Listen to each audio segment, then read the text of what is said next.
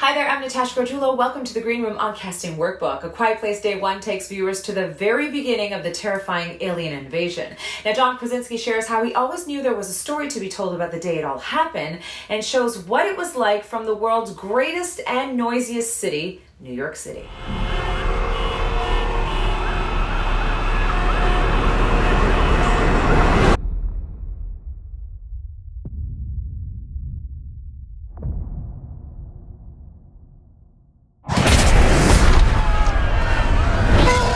Had the idea for day one when I was writing Quiet Place Part 2, because when I wrote the opening for the Abbott family going through the circumstances of the first alien invasion, I thought that would be an amazing story point to drop into the real world in New York City and see how the whole rest of the world was dealing with it, and certainly under probably more extreme circumstances, being arguably the loudest city in the world, and how people would respond to that in great numbers. In one of my first conversations with John Krasinski, he mentioned to me that one of his missions with this franchise was to expand the potential for what thriller can do and how it can lend itself to other textures and tones.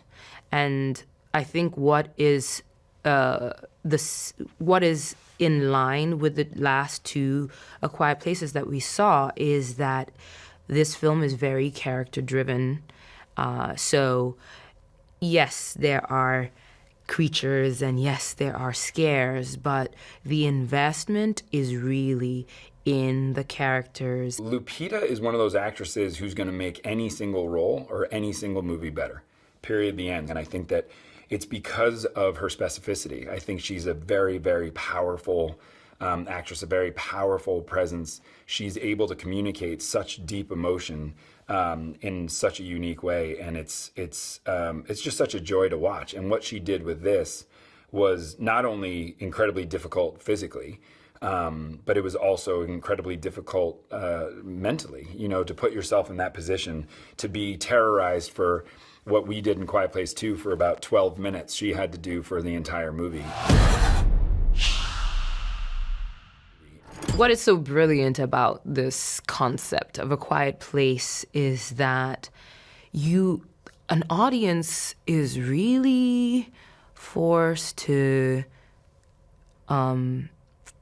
survive their own thoughts as they're watching these movies because it's quiet, so you have a lot of time to hear yourself.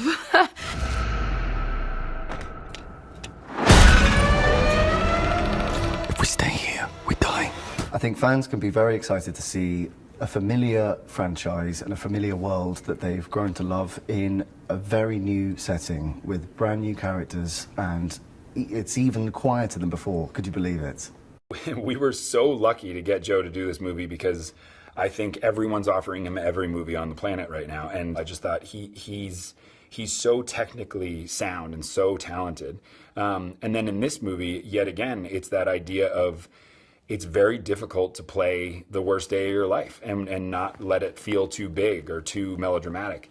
And the way to do that is to be extremely talented and be able to walk a razor's edge, which is, I believe, what he played so well, which is that fight or flight thing, which is there are moments where you can see the overwhelming nature of the day hit him, and then the specifics of the tiniest thing, which is this friendship with Lupita that is burgeoning right here in front of our eyes. He gets to play the specifics of how much that means to him. So all those colors and variations he played so well, and so that to me is the two of them are the heartbeat of the movie.